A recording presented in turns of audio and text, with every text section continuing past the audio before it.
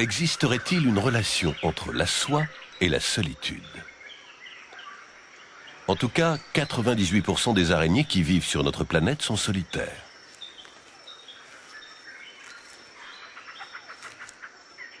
Dans la grande forêt du Gabon, l'araignée néphile n'échappe pas à la règle.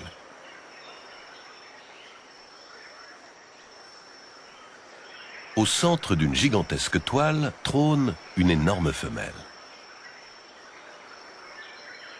Pourtant, sa solitude n'est pas totale.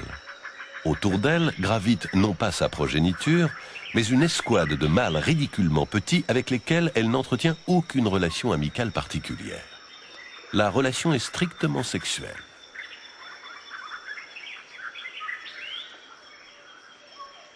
Car la maîtresse des lieux ne supporte aucune vibration d'origine animale sur la soie qu'elle a tissée. Tout intrus de taille inférieure à la sienne est assimilé à une proie qu'il faut immédiatement tuer et stocker. En cas d'erreur de manœuvre, ses propres mâles peuvent subir le même sort que celui de vulgaires proies.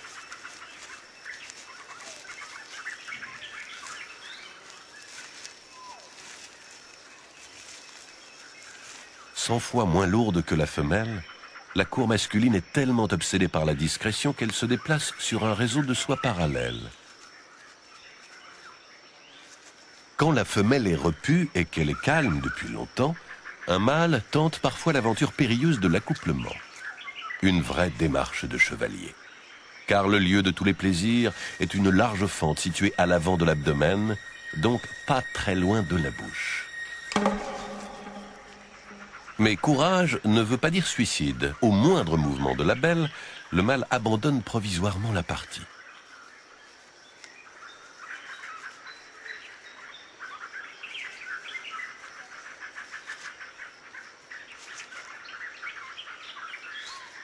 Ceci est un accouplement.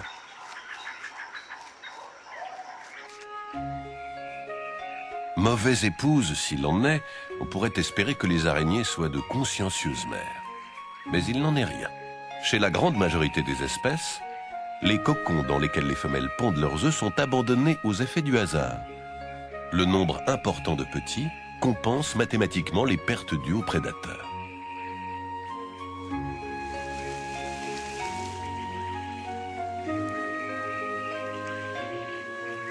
En fait, seules les jeunes araignées supportent la vie collective. Une fois adultes, leur caractère solitaire l'emporte. Quelques rares araignées possèdent toutefois l'âme maternelle.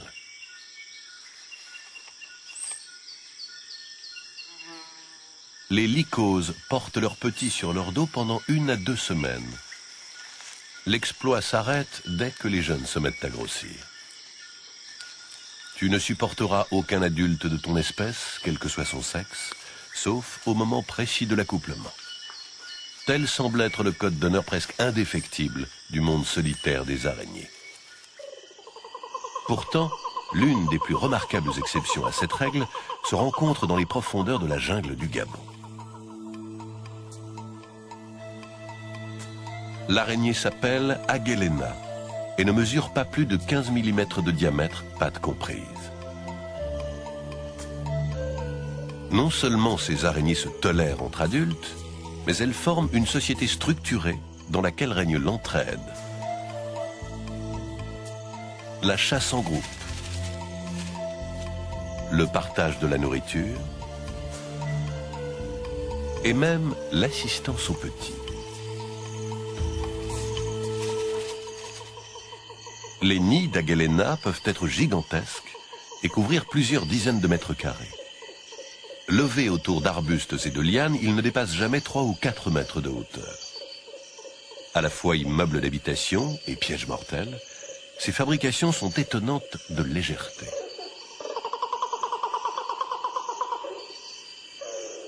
Mise en boule, toute la soie d'un grand nid tiendrait dans une seule main et ne pèserait pas plus de quelques grammes.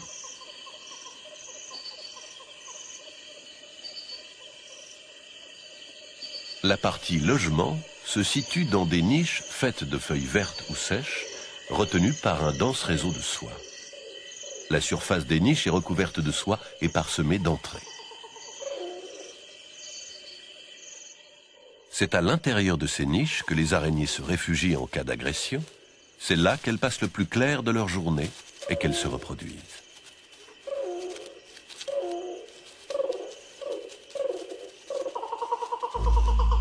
Le reste du nid est entièrement consacré à la chasse.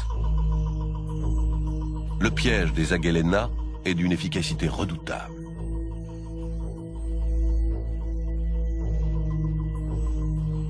Les fils verticaux ont pour but de créer un espace de rencontre en 3 dimensions avec les proies qui volent dans les parages.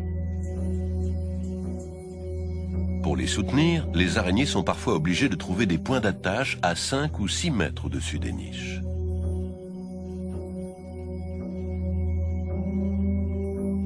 Au-dessous des fils verticaux et entre les niches se trouvent d'immenses nappes de chasse. C'est là que finissent par tomber les proies qui n'ont pas eu la chance de s'extirper du labyrinthe vertical.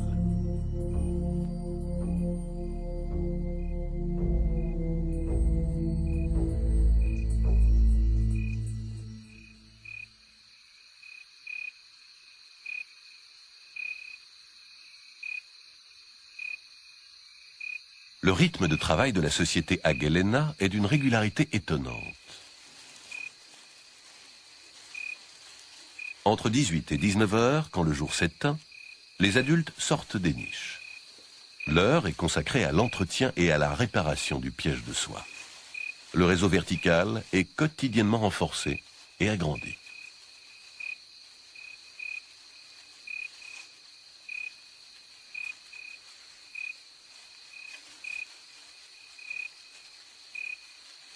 Une autre partie de la colonie répare et renforce les nappes de chasse. La quantité de nourriture dépend directement de la taille et de la qualité du piège.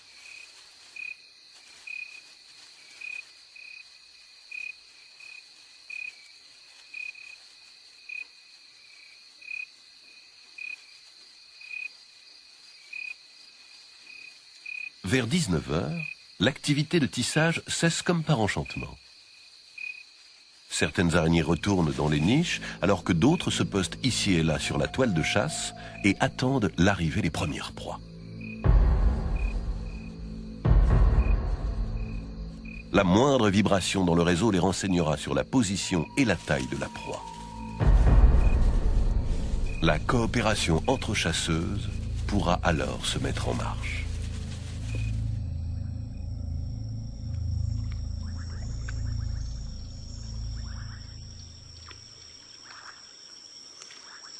Près des étendues d'eau vit une petite araignée très performante, l'Argiope.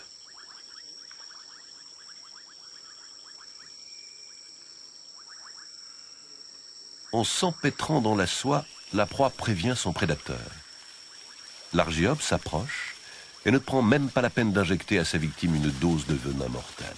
Sa compétence et sa rapidité en matière d'emmaillotage sont stupéfiantes.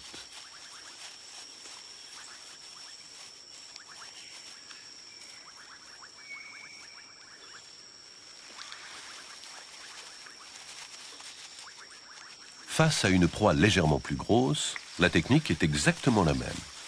La victime n'a aucune possibilité de réagir. Il faut que la proie soit de taille égale ou supérieure à celle d'une araignée solitaire pour qu'elle ne soit plus attaquable.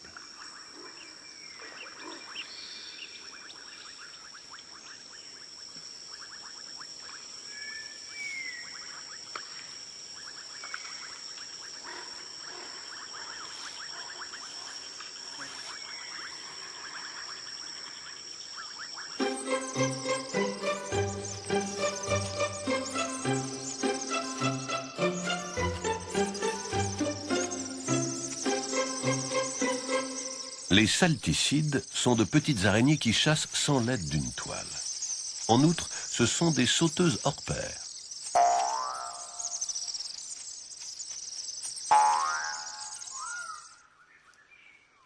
Les lycoses, quant à elles, chassent à l'affût. Dès qu'une proie passe à leur portée,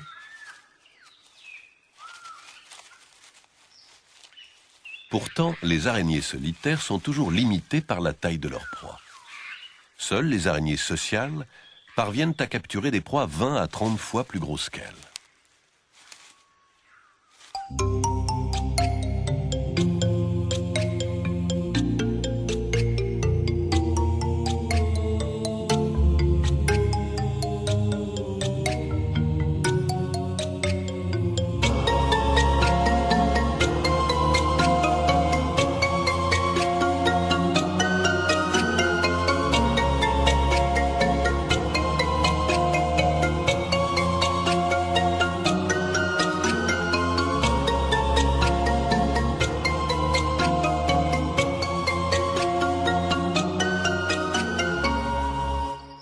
Dès la nuit tombée, les grands nids d'Agellena se transforment en terrain de chasse. Les visiteurs involontaires sont nombreux, mais les araignées n'attaquent pas tout ce qui bouge. Les natures trop coriaces ou trop agressives les laissent le plus souvent indifférentes. Par contre, les proies tendres sont systématiquement attaquées. Le plus souvent, le nombre de chasseuses attirées dépend du remous opéré par la victime. Les vibrations de la toile semblent être le guide principal des chasseuses. La vue comme l'odorat sont très peu développés chez les Agellena. La reconnaissance de la proie se fait par contact direct. Avant chaque morsure, les araignées frappent leurs victimes avec leurs pattes avant, à l'extrémité desquelles se trouvent de petits organes de détection chimique. La qualité de la proie est ainsi établie. Ces coups de patte permettent également de savoir s'il s'agit d'une araignée et dans ce cas, de ne pas la mordre. Les fourmis ou les petites abeilles mélipones ne sont pas appréciées des Agellena. Les morsures n'ont alors qu'un seul but, inciter le visiteur à quitter les lieux.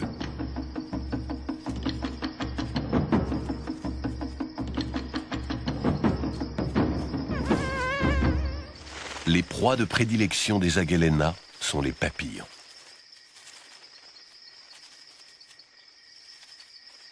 Leurs grandes ailes supportent mal les fils verticaux qui les conduisent rapidement vers la nappe de chasse. Plus ils se débattent, plus ils attirent de monde. Aucune proie ne met les araignées dans un tel état d'excitation.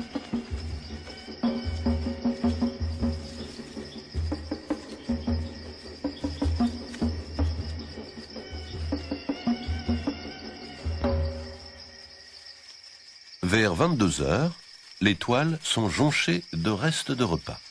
L'activité de chasse commence à décliner.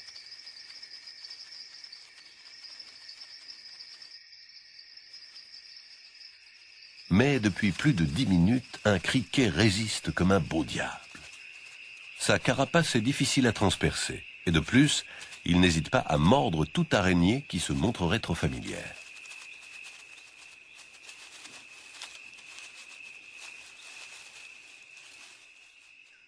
Le criquet présente un autre inconvénient. Le plus souvent, son corps dur et anguleux finit par percer la toile de soie.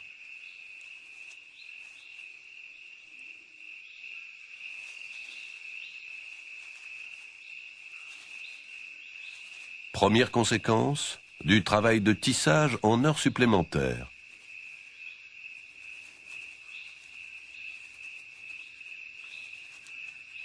Mais à plusieurs, la tâche est vite terminée.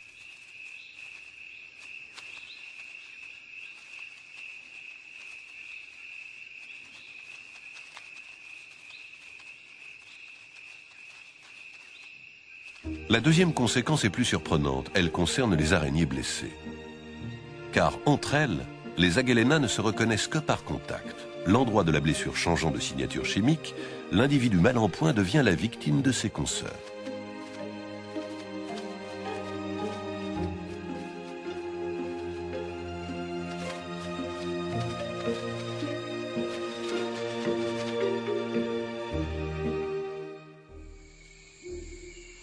cœur de la nuit, alors que l'activité du nid est au plus calme, une étrange araignée fait son apparition.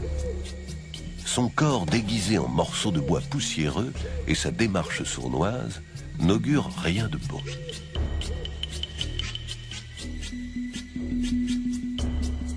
Pas la moindre vibration de soie. Chercherait-elle à dissimuler ses allées et venues aux Aghelena?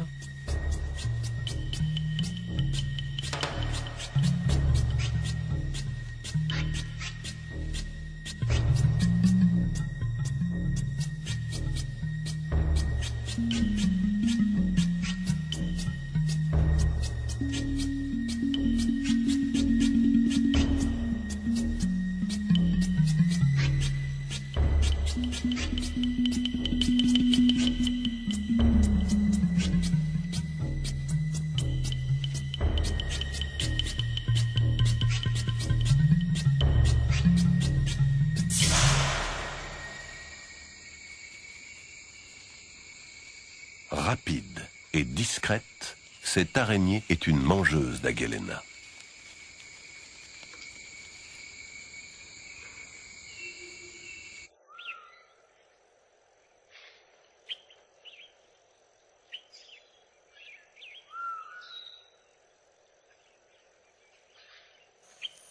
Les araignées ne sont pas les seuls animaux à utiliser la soie. Les fourmis tisserandes en font un usage bien particulier. Elles replient entre elles une demi-douzaine de feuilles qu'elles assemblent avec du fil de soie.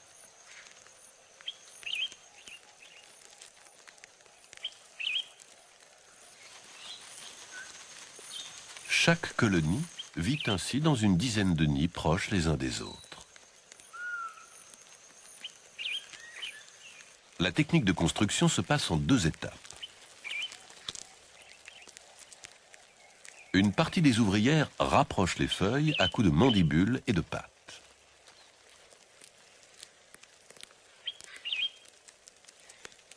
D'autres fourmis s'emparent de larves du 3e stade et se dirigent vers le lieu qu'il faut coudre de toute urgence. Les tisserandes, qui ne possèdent pas de glandes à soie, profitent tout simplement de celles de leurs larves.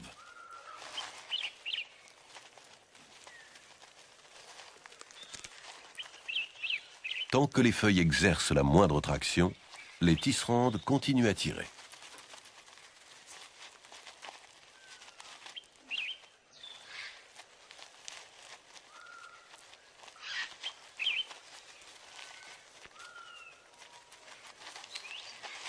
Ces fourmis-là utilisent leurs larves comme de véritables outils de couture.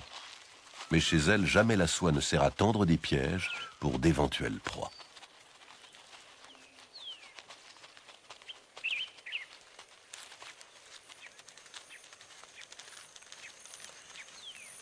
Les fourmis tisserandes possèdent souvent des élevages de cochenilles. Ces petits insectes sucent la sève de l'arbre et nourrissent les fourmis de leur déjection, le miella, en échange de quoi les fourmis les protègent d'éventuels prédateurs. De temps à autre, les tisserandes construisent même pour leur cher bétail des écrans de protection en soie. À l'intérieur de l'étable miniature, la traite des cochenilles peut s'opérer en toute tranquillité.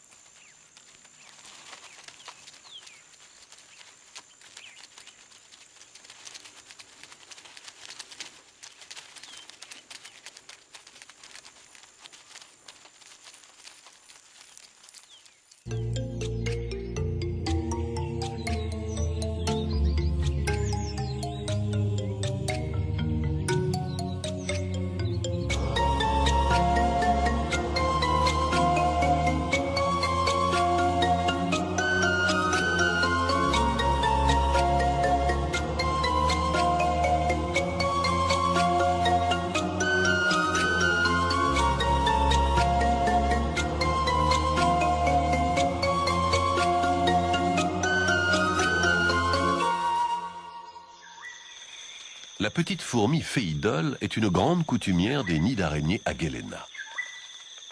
Coutumière au point d'installer son nid au cœur des niches, un domaine que les araignées finissent par ne plus fréquenter.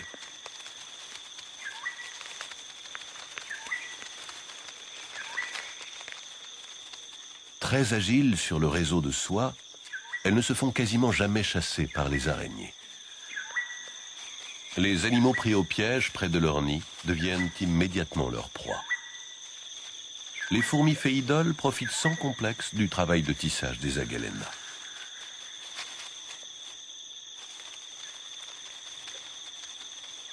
Malgré les tremblements appétissants du réseau, aucune araignée ne daigne faire le déplacement.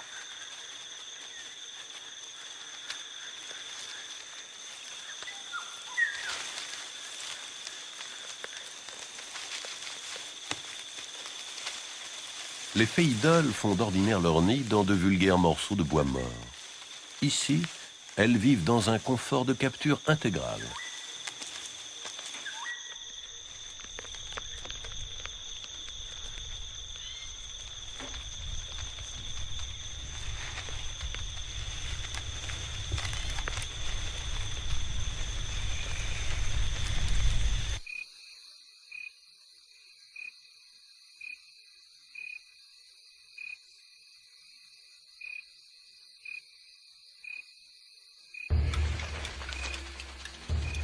Un gros papillon sphinx vient de heurter l'une des niches du grand nid. Plus il se débat, plus il s'emprisonne et plus il attire d'araignées.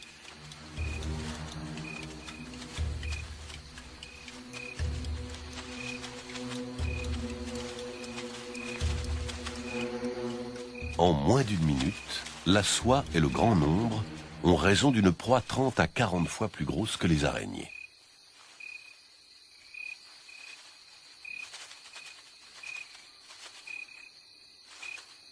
La région la plus musculeuse se trouve entre les ailes, c'est la plus appréciée. Le repas pentagruélique, qui aurait pu durer une dizaine d'heures, débute tout juste quand une escouade de petites profiteuses fait soudain son apparition. Les fourmis féidoles, elles aussi, sont sensibles aux vibrations du réseau. Dans un premier temps, les araignées tentent de protéger leur acquisition.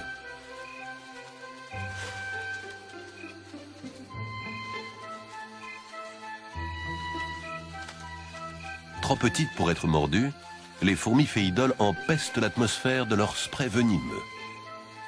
Plus le temps passe, plus elles sont nombreuses. Rapidement, les araignées ne pensent plus qu'à fuir les lieux. 10 minutes plus tard, la proie a changé de propriétaire.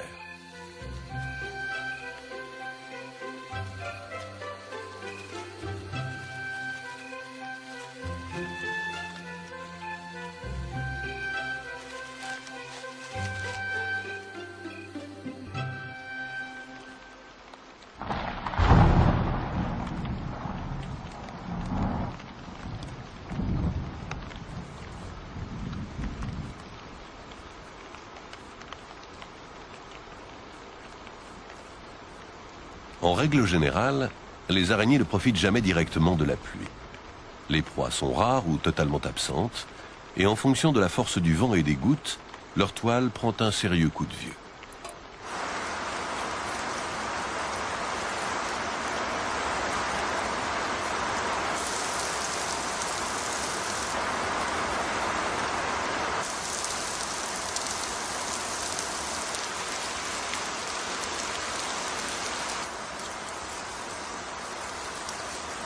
Quand la pluie devient trop forte, les araignées Agelena se réfugient à l'intérieur des niches. Les feuilles mêlées de soie les rendent relativement étanches.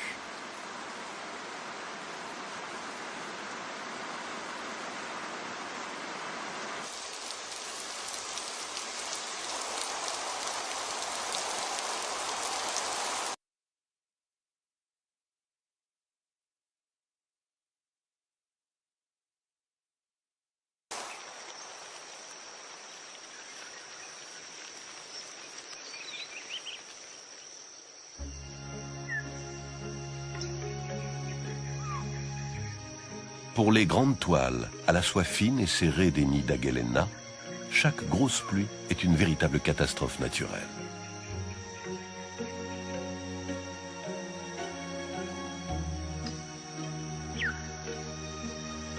Les niches ressemblent à de vieilles serpillières mouillées.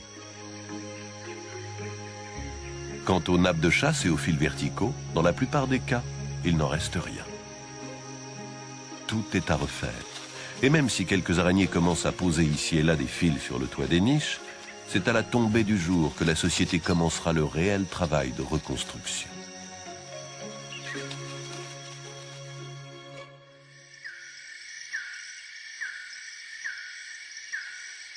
Pour le piège vertical, il faut à nouveau grimper sur la végétation environnante pour relancer de nouveaux fils.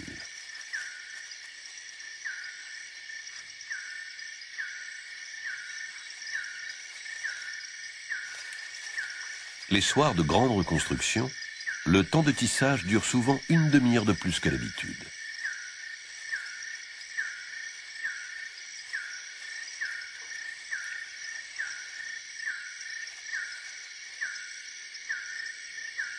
Les nappes de chasse se reconstituent au gré du passage des araignées. Mais il faut bien 3 ou 4 soirs de tissage pour que ces toiles puissent arrêter de grosses proies. Ainsi, pendant la saison des pluies, les Agelena sont très discrètes.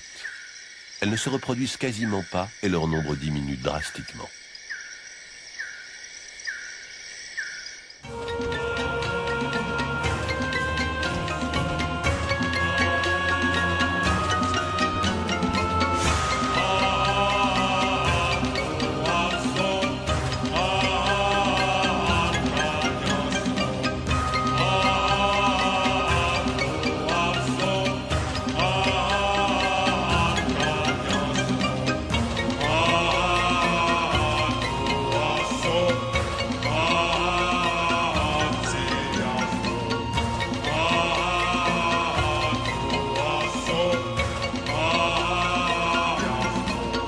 C'est au plus profond des niches, le plus souvent à l'intérieur d'une vieille feuille recroquevillée, que les Agelena pondent. Après s'être accouplée, la femelle fabrique une petite toile de soie d'1 centimètre de large sur laquelle elle pond une dizaine d'œufs. Elle enferme ensuite ses œufs dans un cocon qu'elle recouvre d'un camouflage végétal.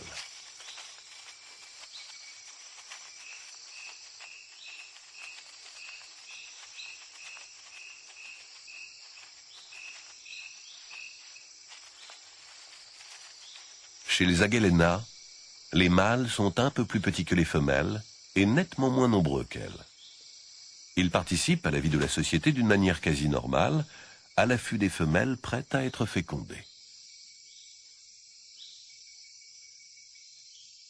Au cœur de la saison sèche, certaines feuilles sont remplies de cocons.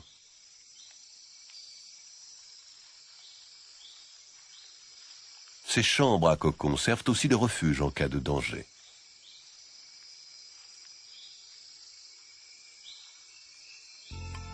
Les œufs fraîchement pondus mesurent moins d'1 millimètre de diamètre.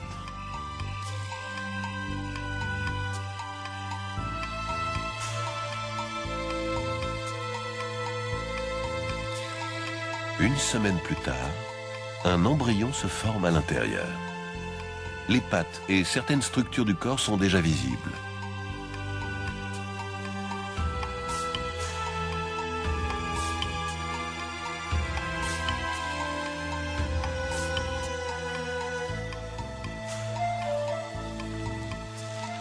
L'éclosion a lieu 3 semaines après la ponte.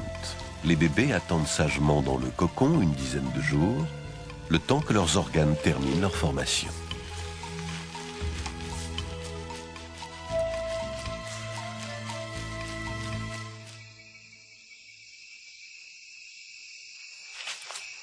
Lorsqu'elles quittent le cocon, les petites araignées sont déjà aptes à consommer les minuscules proies que les adultes leur apportent de temps à autre au cœur des niches.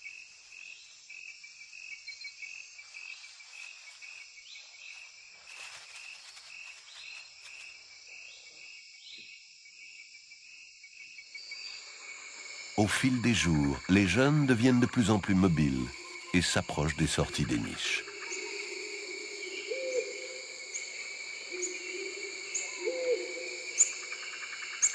Quelques semaines après la sortie du cocon, elles sont déjà capables de se promener sur la toile de chasse et n'hésitent pas à rejoindre les adultes pour participer à un repas collectif.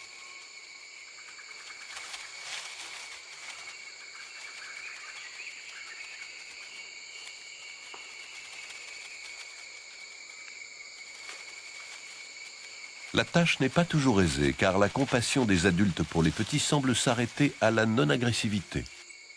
Ici, le premier arrivé est toujours le mieux servi.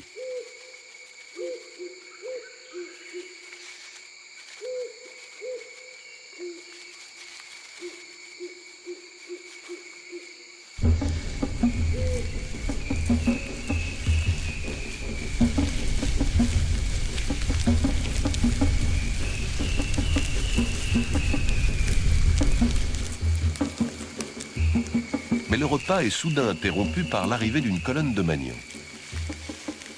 Ces redoutables fourmis carnivores, dont les colonies comptent parfois plus d'une trentaine de millions d'individus, sont réputées pour les ravages qu'elles occasionnent. Mais la soie n'est pas leur élément favori.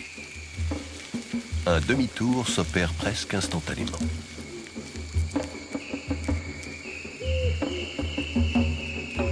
Les fourmis qui ne parviendront pas à quitter le labyrinthe de soie subiront le châtiment réservé aux proies. Un magnon isolé et empêtré n'a plus rien de redoutable.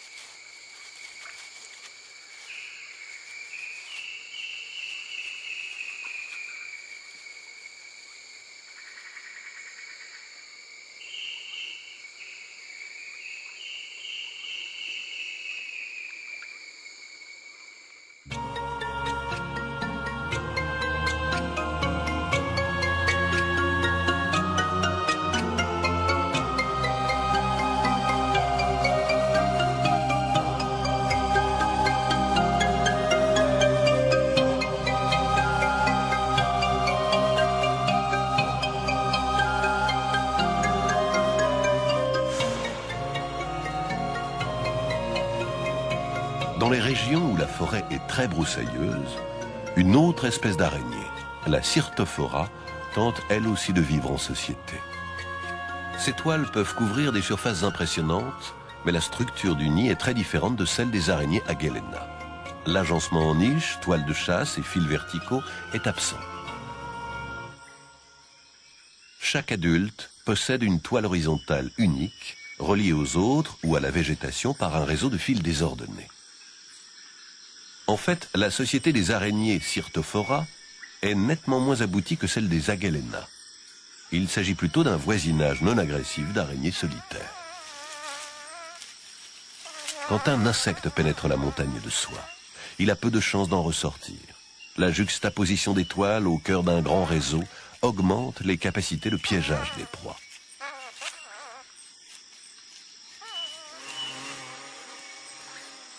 Quand une proie se fait capturer sur une toile personnelle, la propriétaire des lieux s'en occupe d'une manière tout à fait classique, emmaillotage, transport, empoisonnement et dégustation.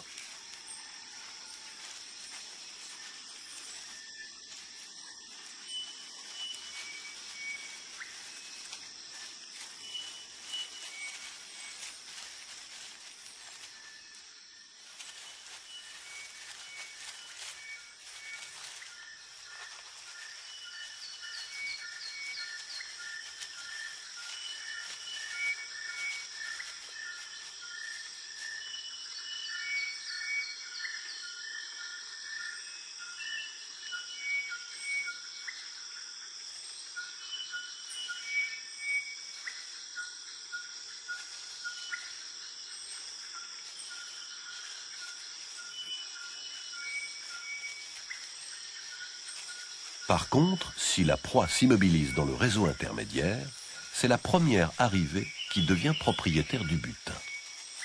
Ici, la chasse collective n'existe pas. Si une seconde araignée intervient, c'est plutôt pour tenter de dérober la proie de sa voisine, mais sans grande conviction. L'immense toile ressemble plutôt à un immeuble de copropriétaires indépendants.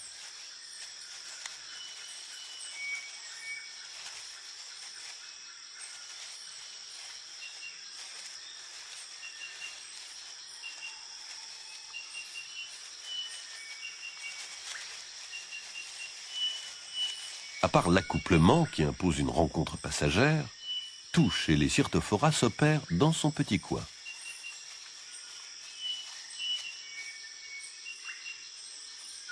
Chaque femelle pond ses œufs dans un cocon juste au-dessus de sa toile et le garde jalousement jusqu'à la naissance des petits. Les jeunes restent groupés quelques semaines avant de fonder leur propre toile individuelle et ne jouissent pas de la protection de leur mère.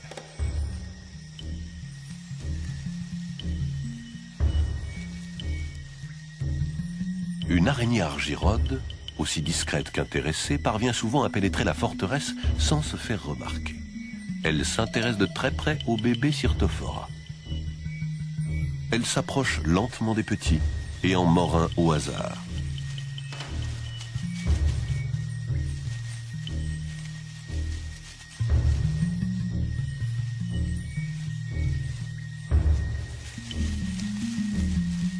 Quelques minutes plus tard, il ne lui reste plus qu'à prélever la marchandise pour la consommer tranquillement à quelques centimètres de là.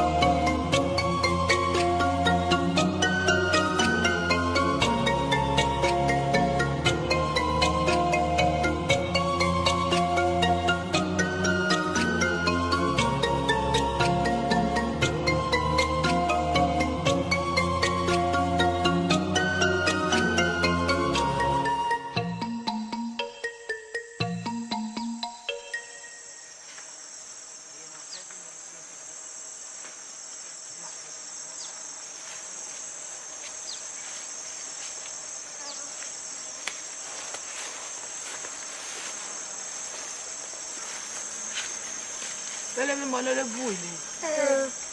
Ma mono bele mi mono. Lelo. Lelo que si da ko na yolo. Le bui le yolo. Les Gabonais connaissent bien les grands nids d'Agalena. Absolument inoffensifs, ils ne provoquent pas la moindre réaction de peur. De jour, les araignées sont peu nombreuses à l'extérieur des niches. De plus, elles se cachent au moindre dérangement.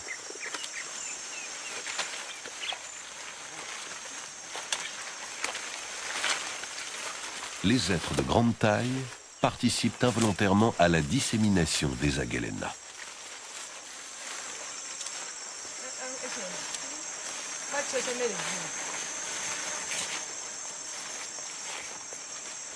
Il suffit qu'un morceau de nid contenant quelques araignées soit emporté à une distance respectable.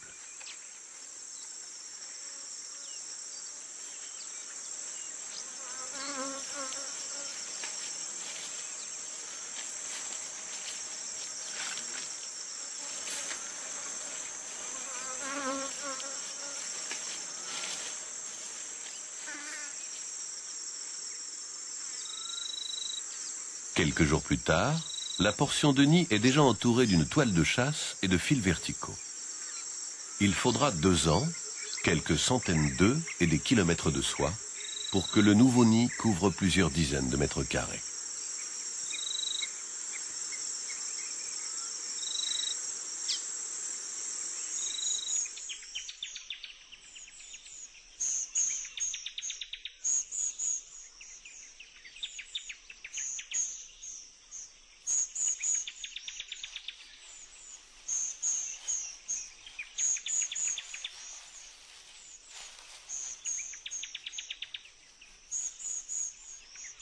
Les chenilles des papillons de nuit possèdent une glande à soie près de l'orifice buccal. Cette soie sert principalement à s'accrocher au support et à fabriquer le cocon. Mais certaines chenilles l'utilisent également pour se protéger des prédateurs, fourmis et insectivores en tout genre.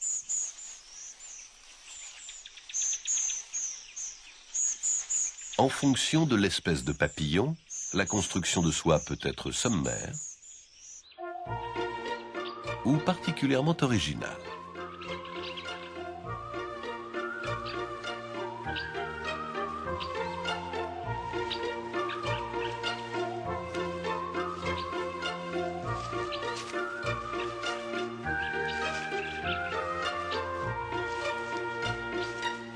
Les chenilles des papillons saturnides se confectionnent une jolie cotte de mailles en soie surmontée d'une mini palissade de brindilles.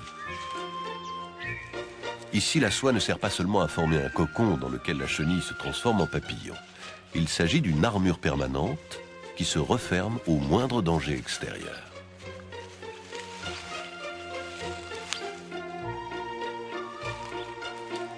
Pour les heures de repos, la chenille se fixe à une branche avec de la soie.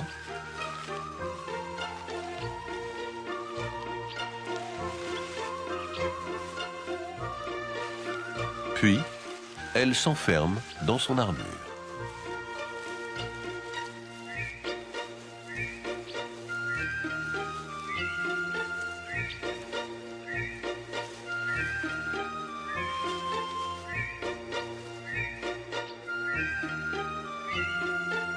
Les indiscrets sont priés de rester dehors.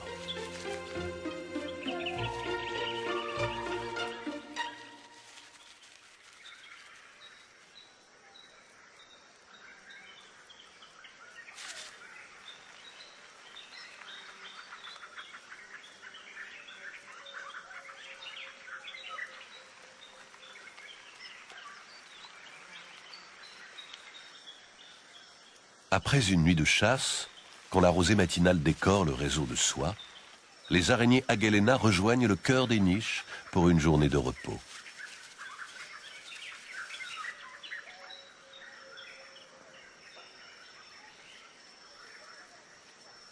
Pourtant, au cœur de la saison sèche, un dernier tour sur la toile s'impose. La rosée est la seule boisson que leur autorise la nature.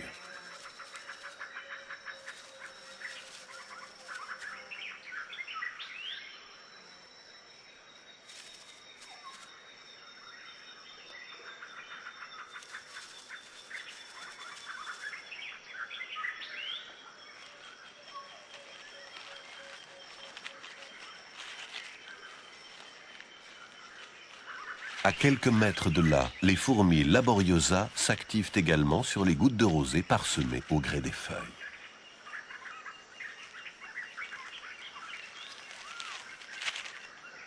Mais le plus étonnant, c'est de rencontrer ces mêmes fourmis s'abreuver directement sur les nids d'araignées Agelena.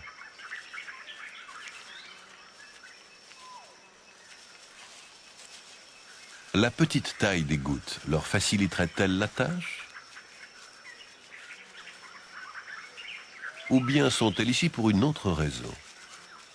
Les araignées ne les attaquent pas systématiquement et les fourmis ne semblent pas particulièrement apeurées.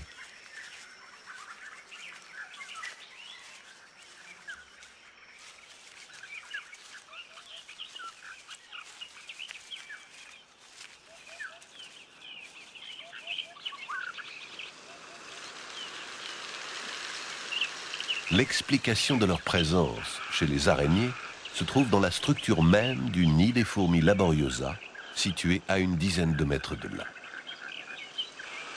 La taille de leur nid de brindilles est celle d'une grosse orange. 2 orifices permettent la communication avec l'extérieur. L'intérieur se divise en 2 ou 3 loges dans lesquelles la reproduction de la colonie est assurée.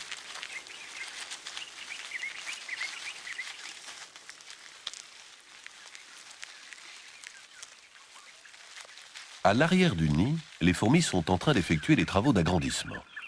Apparemment, il s'agit d'emboîter les brindilles les unes dans les autres. Et c'est à ce sujet que la vie des fourmis Laboriosa rejoint celle des araignées Agelena. Car la cohésion des brindilles est assurée par de la soie. Les fourmis doivent impérativement la voler aux animaux qui en fabriquent.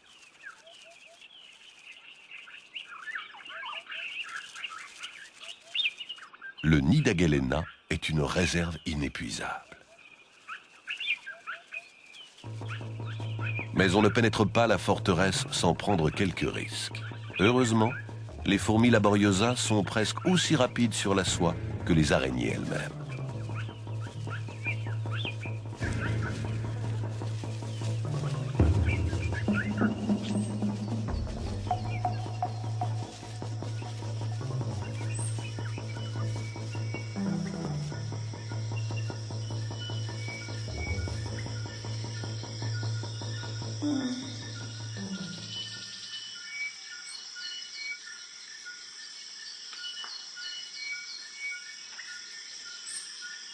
la fourmi choisit un endroit éloigné des niches et commence son travail de récolte illicite.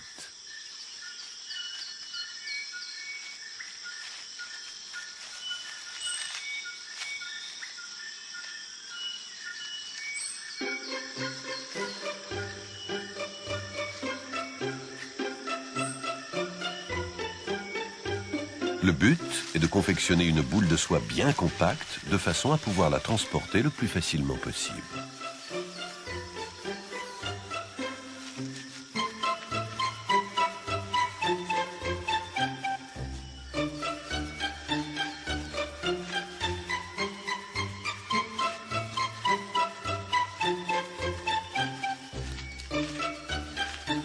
Quand le volume de soie est idéal, la fourmi peut rejoindre son chantier.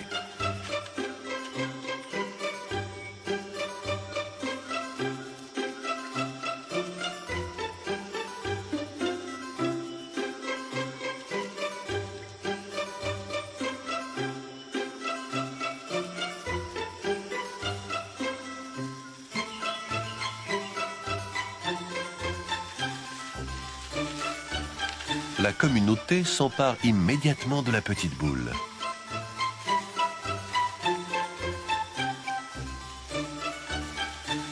Quelques secondes plus tard, elle est partie intégrante du nid de fourmis.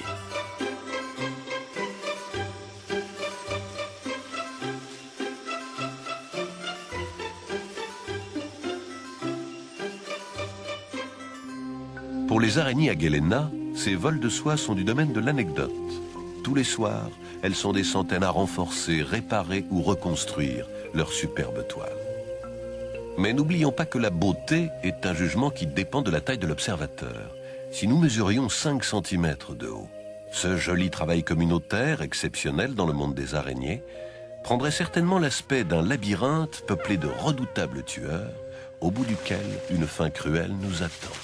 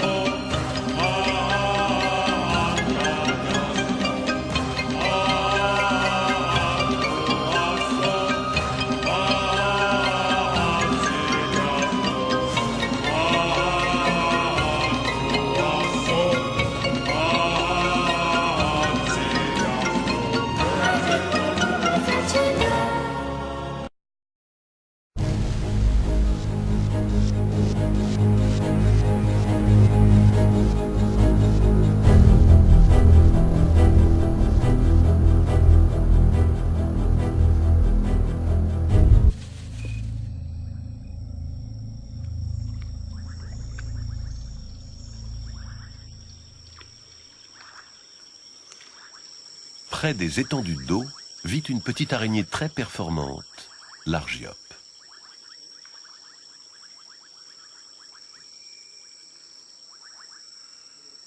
En s'empêtrant dans la soie, la proie prévient son prédateur. L'Argiope s'approche et ne prend même pas la peine d'injecter à sa victime une dose de venin mortel. Sa compétence et sa rapidité en matière d'emmaillotage sont stupéfiantes.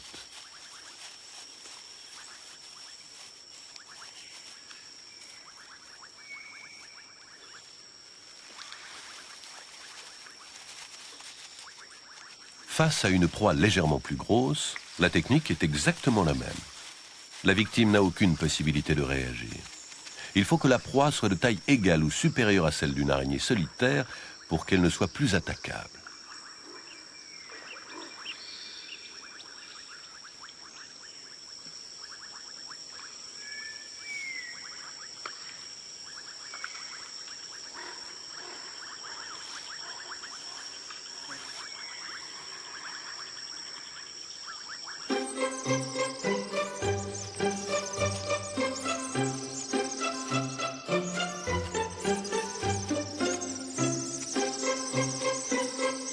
Les salticides sont de petites araignées qui chassent sans l'aide d'une toile.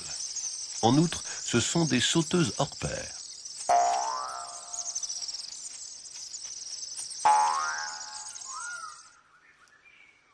Les lycoses, quant à elles, chassent à l'affût.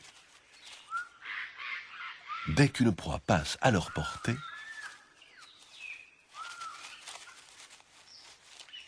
pourtant, les araignées solitaires sont toujours limitées par la taille de leur proie. Seules les araignées sociales parviennent à capturer des proies 20 à 30 fois plus grosses qu'elles.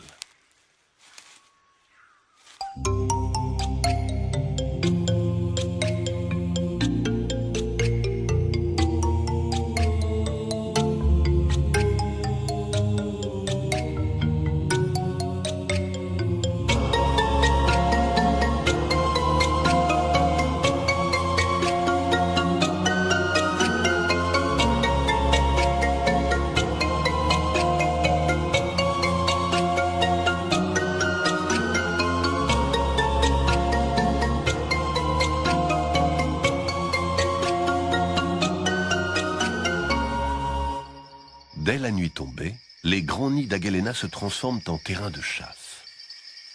Les visiteurs involontaires sont nombreux, mais la soie n'est pas leur élément favori. Un demi-tour s'opère presque instantanément.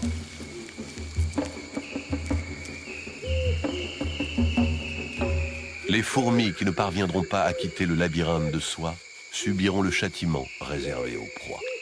Un magnon isolé et empêtré n'a plus rien de redoutable.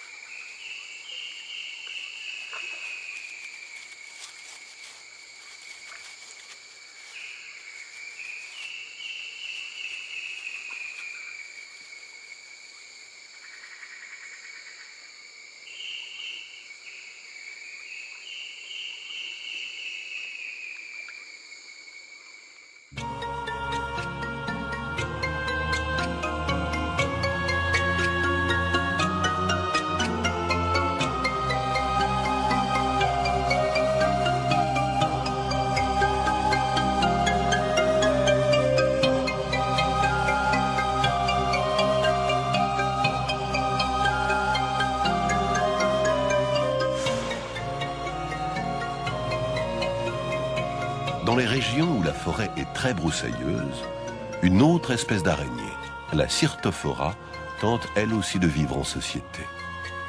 Ces toiles peuvent couvrir des surfaces impressionnantes, mais la structure du nid est très différente de celle des araignées Agellena. L'agencement en niche, toile de chasse et fils verticaux est absent. Chaque adulte possède une toile horizontale unique, reliée aux autres ou à la végétation par un réseau de fils désordonnés. En fait, la société des araignées Cyrtophora est nettement moins aboutie que celle des Agellena. Il s'agit plutôt d'un voisinage non agressif d'araignées solitaires. Quand un insecte pénètre la montagne de soie, il a peu de chances d'en ressortir. La juxtaposition des toiles au cœur d'un grand réseau augmente les capacités de piégeage des proies.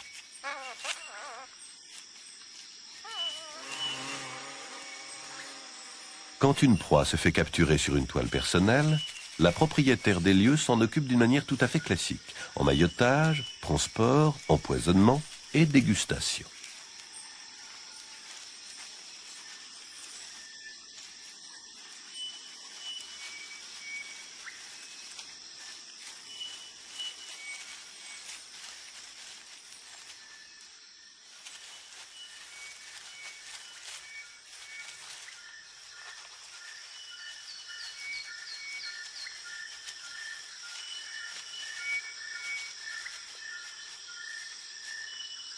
Possède une toile horizontale unique, reliée aux autres ou à la végétation par un réseau de fils désordonnés. En fait, la société des araignées Cyrtophora est nettement moins aboutie que celle des Agellena. Il s'agit plutôt d'un voisinage non agressif d'araignées solitaires. Quand un insecte pénètre la montagne de soie, il a peu de chances d'en ressortir. La juxtaposition des toiles au cœur d'un grand réseau augmente les capacités de piégeage des proies.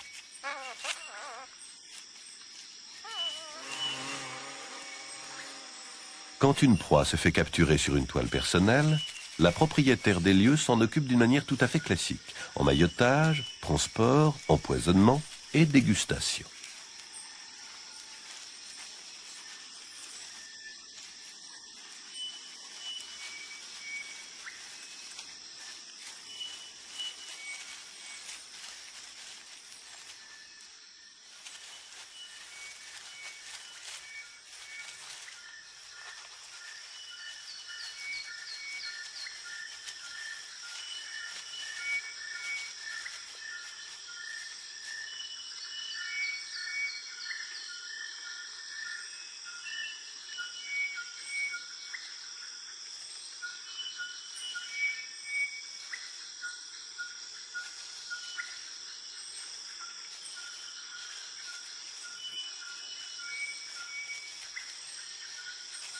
Par contre, si la proie s'immobilise dans le réseau intermédiaire, c'est la première arrivée qui devient propriétaire du butin.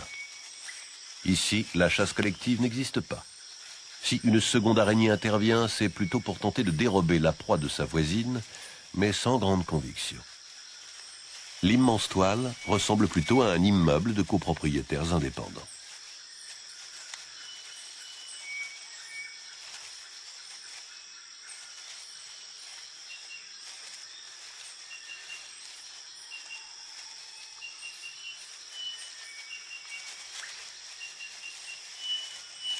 À part l'accouplement qui impose une rencontre passagère, tout chez les Cyrtophoras s'opère dans son petit coin.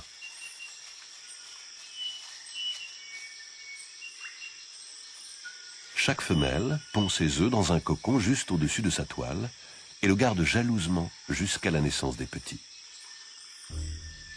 Les jeunes restent groupés quelques semaines avant de fonder leur propre toile individuelle et ne jouissent pas de la protection de leur mère.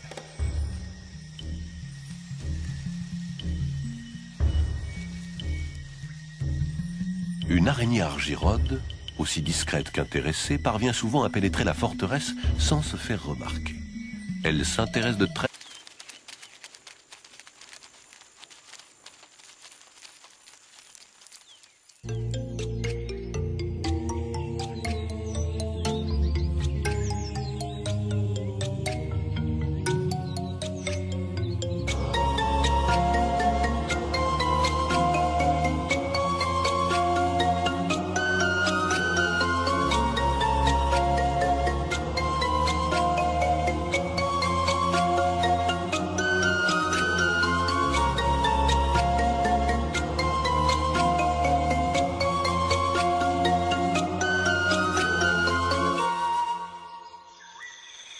La petite fourmi Phéidole est une grande coutumière des nids d'araignées à Ghelena. Coutumière au point d'installer son nid au cœur des niches, un domaine que les araignées finissent par ne plus fréquenter.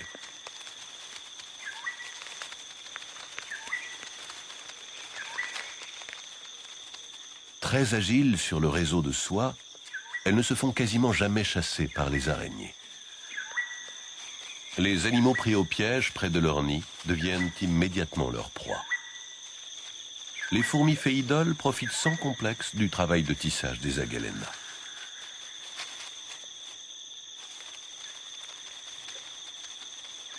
Malgré les tremblements appétissants du réseau, aucune araignée ne daigne faire le déplacement.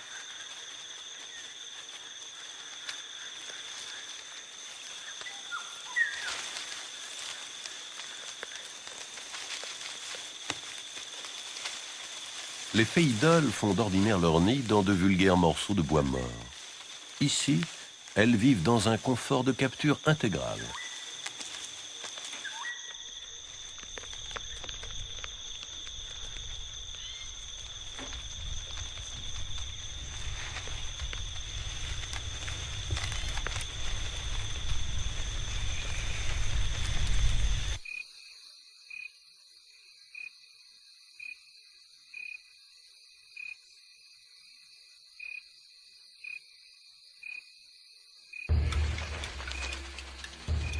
Un gros papillon sphinx vient de heurter l'une des niches du grand nid. Plus il se débat, plus il s'emprisonne et plus il attire d'araignées.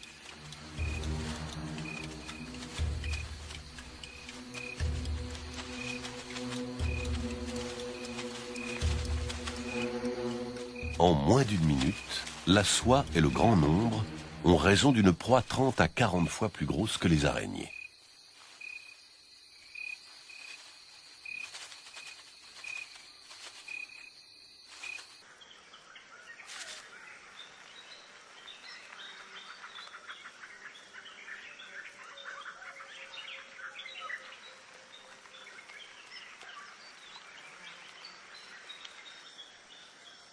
Après une nuit de chasse, quand la rosée matinale décore le réseau de soie, les araignées Agelena rejoignent le cœur des niches pour une journée de repos.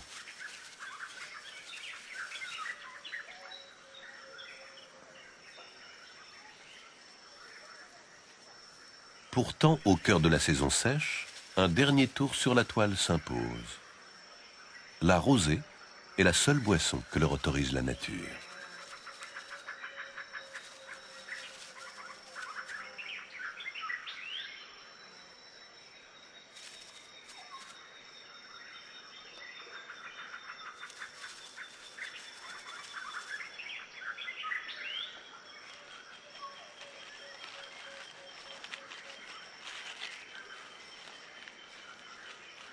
À quelques mètres de là, les fourmis Laboriosa s'activent également sur les gouttes de rosée parsemées au gré des feuilles.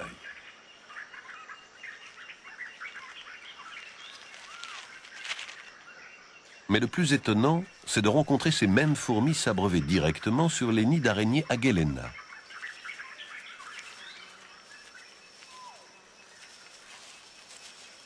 La petite taille des gouttes leur faciliterait-elle la tâche ?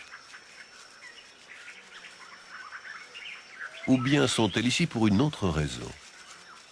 Les araignées ne les attaquent pas systématiquement et les fourmis ne semblent pas particulièrement apeurées.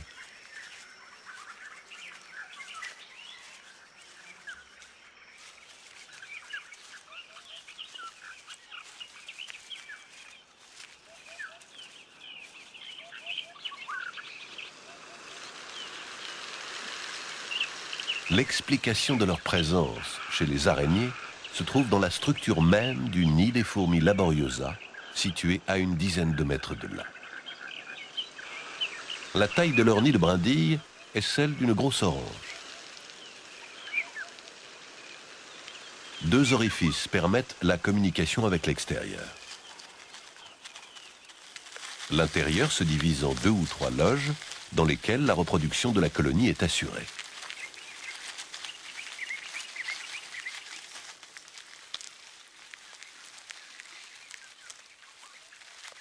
À l'arrière du nid, les fourmis sont en train d'effectuer des travaux d'agrandissement. Apparemment, il s'agit d'emboîter les brindilles les unes dans les autres. Et c'est à ce sujet que la vie des fourmis Laboriosa rejoint celle des araignées Agelena. Car la cohésion des brindilles est assurée par de la...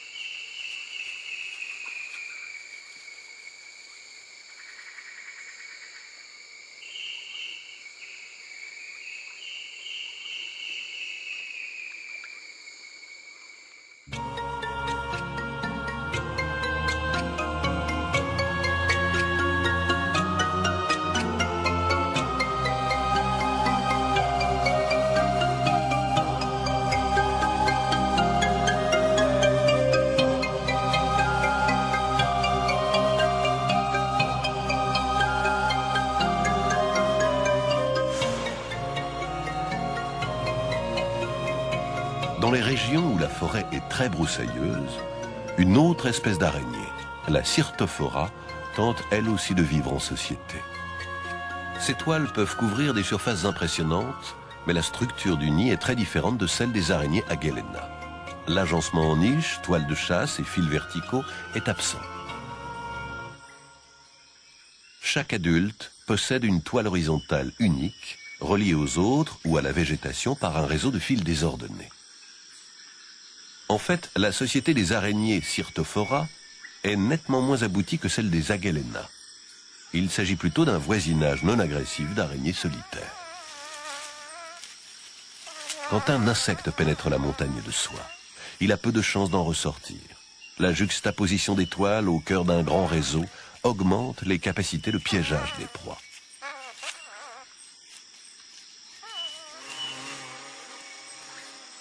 Quand une proie se fait capturer sur une toile personnelle, la propriétaire des lieux s'en occupe d'une manière tout à fait classique: emmaillotage, transport, empoisonnement et dégustation.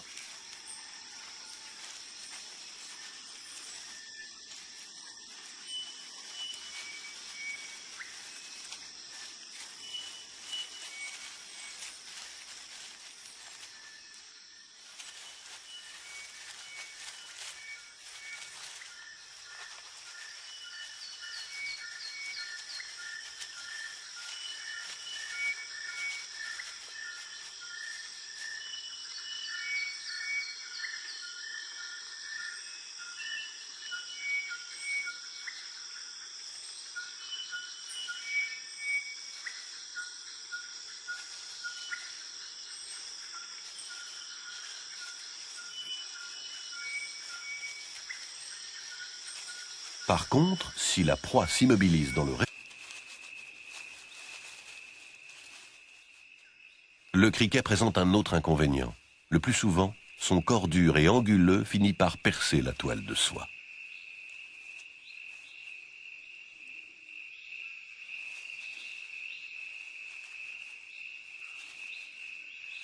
Première conséquence, du travail de tissage en heures supplémentaires.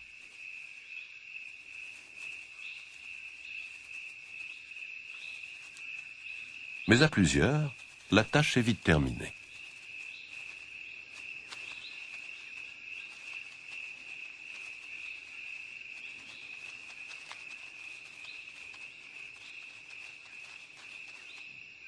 La deuxième conséquence est plus surprenante. Elle concerne les araignées blessées. Car entre elles, les Agelena ne se reconnaissent que par contact. L'endroit de la blessure changeant de signature chimique, l'individu mal en point devient la victime de ses consoeurs.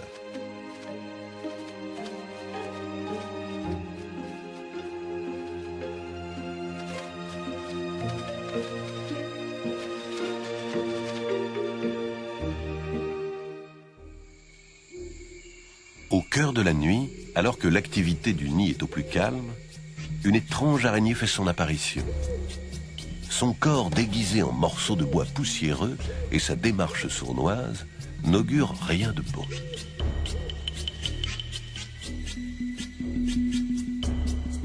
Pas la moindre vibration de soie. Chercherait-elle à dissimuler ses allées et venues aux Agelena ?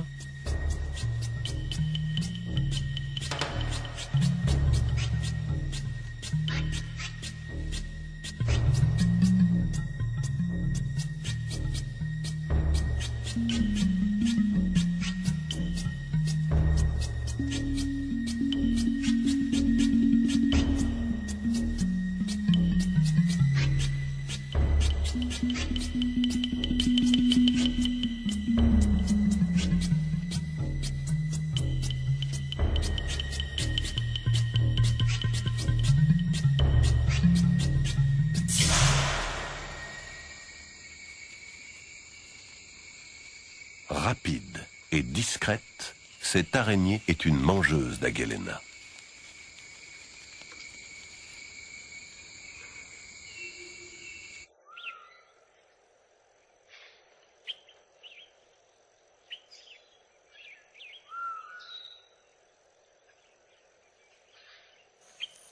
Les araignées ne sont pas les seuls animaux à utiliser la soie. Les fourmis tisserandes en font un usage bien particulier. Elles replient entre elles une demi-douzaine de feuilles. Les fourmis tisserandes possèdent souvent des élevages de cochenilles. Ces petits insectes sucent la sève de l'arbre et nourrissent les fourmis de leur déjection, le miella, en échange de quoi les fourmis les protègent d'éventuels prédateurs. De temps à autre, les tisserandes construisent même pour leur cher bétail des écrans de protection en soie. À l'intérieur de l'étable miniature, la traite des cochenilles peut s'opérer en toute tranquillité.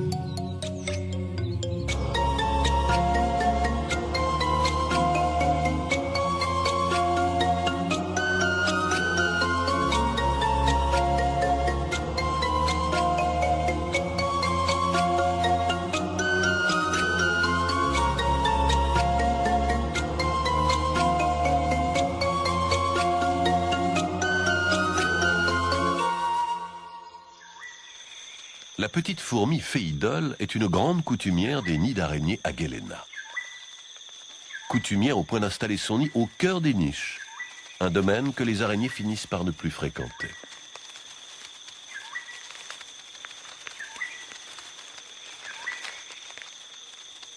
Très agiles sur le réseau de soie, elles ne se font quasiment jamais chasser par les araignées.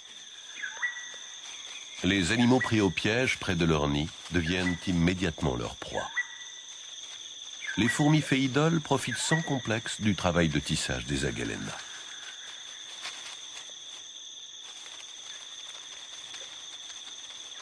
Malgré les tremblements appétissants du réseau, aucune araignée ne daigne faire le déplacement.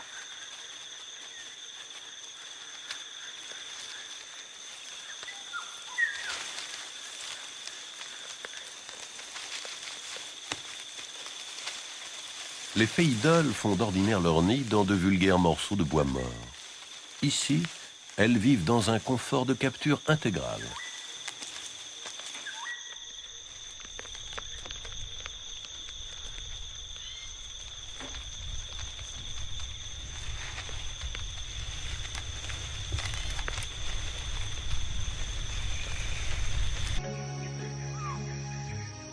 Pour les grandes toiles, à la soie fine et serrée des nids d'Agelena, chaque grosse pluie est une véritable catastrophe naturelle.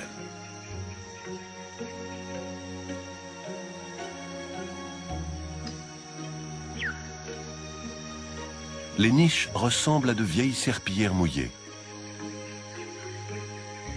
Quant aux nappes de chasse et aux fils verticaux, dans la plupart des cas, il n'en reste rien. Tout est à refaire. Et même si quelques araignées commencent à poser ici et là des fils sur le toit des niches, c'est à la tombée du jour que la société commencera le réel travail de reconstruction.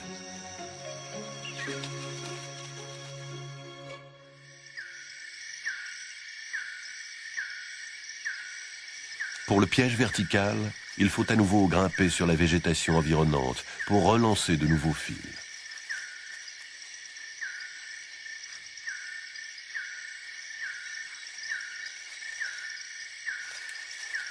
Les soirs de grande reconstruction, le temps de tissage dure souvent une demi-heure de plus que d'habitude.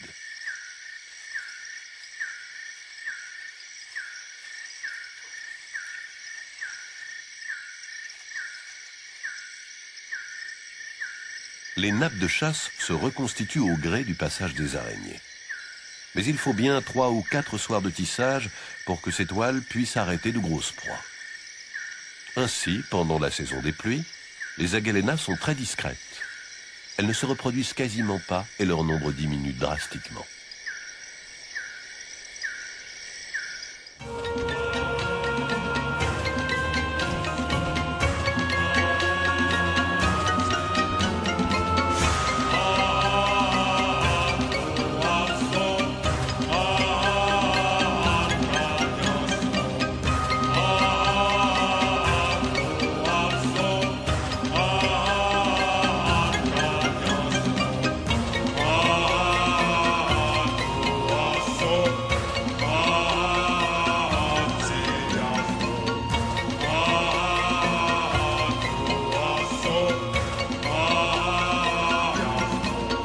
C'est au plus profond des niches, le plus souvent à l'intérieur d'une vieille feuille recroquevillée, que les Agelena pondent. Après s'être accouplée, la femelle fabrique une petite toile de soie d'1 centimètre de large sur laquelle elle pond une dizaine d'œufs. Elle enferme ensuite ses œufs dans un cocon qu'elle recouvre d'un camouflage végétal.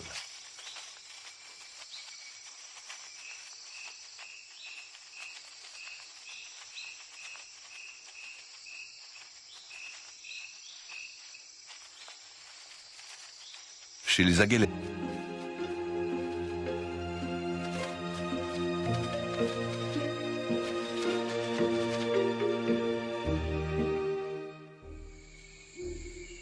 au cœur de la nuit, alors que l'activité du nid est au plus calme, une étrange araignée fait son apparition.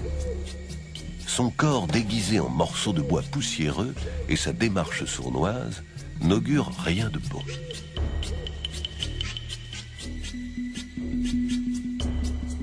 Pas la moindre vibration de soie. Chercherait-elle à dissimuler ses allées et venues aux Aghelena?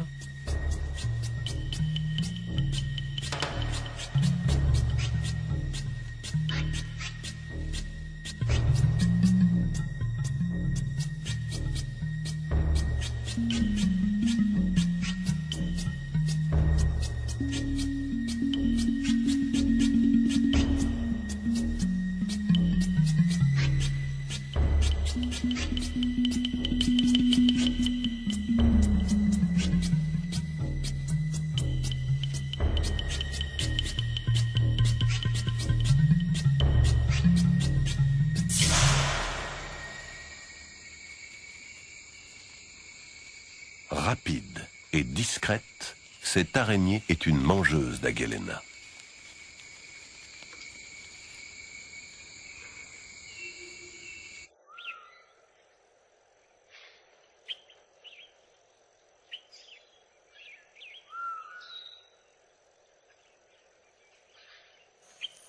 Les araignées ne sont pas les seuls animaux à utiliser la soie.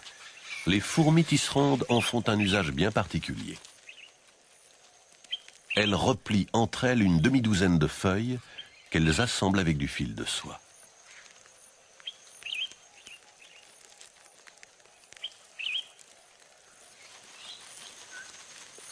Chaque colonie vit ainsi dans une dizaine de nids proches les uns des autres. La technique de construction se passe en 2 étapes. Une partie des ouvrières rapproche les feuilles à coups de mandibules et de pattes.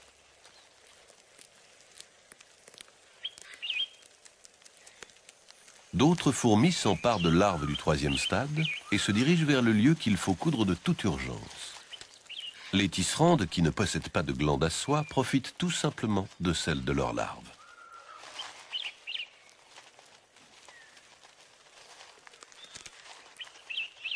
Tant que les feuilles exercent la moindre traction, les tisserandes continuent à tirer.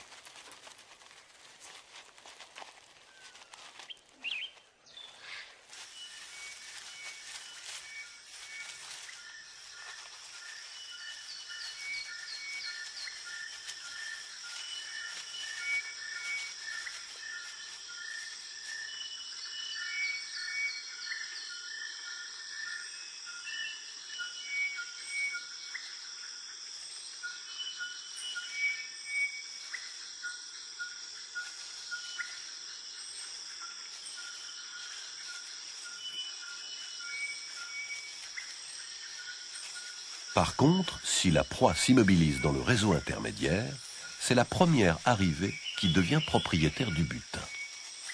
Ici, la chasse collective n'existe pas. Si une seconde araignée intervient, c'est plutôt pour tenter de dérober la proie de sa voisine, mais sans grande conviction. L'immense toile ressemble plutôt à un immeuble de copropriétaires indépendants.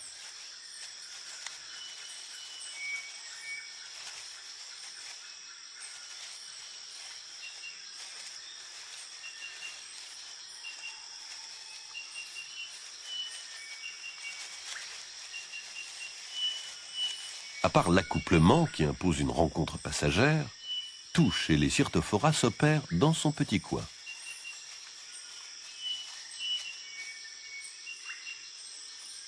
Chaque femelle pond ses œufs dans un cocon juste au-dessus de sa toile et le garde jalousement jusqu'à la naissance des petits. Les jeunes restent groupés quelques semaines avant de fonder leur propre toile individuelle et ne jouissent pas de la protection de leur mère.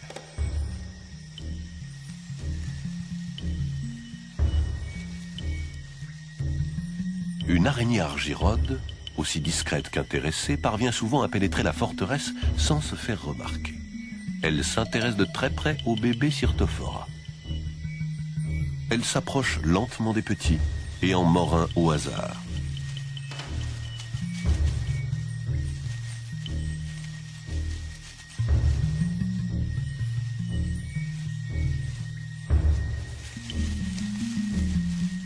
Quelques minutes plus tard, il ne lui reste plus qu'à prélever la marchandise pour la consommer tranquillement à quelques centimètres de là.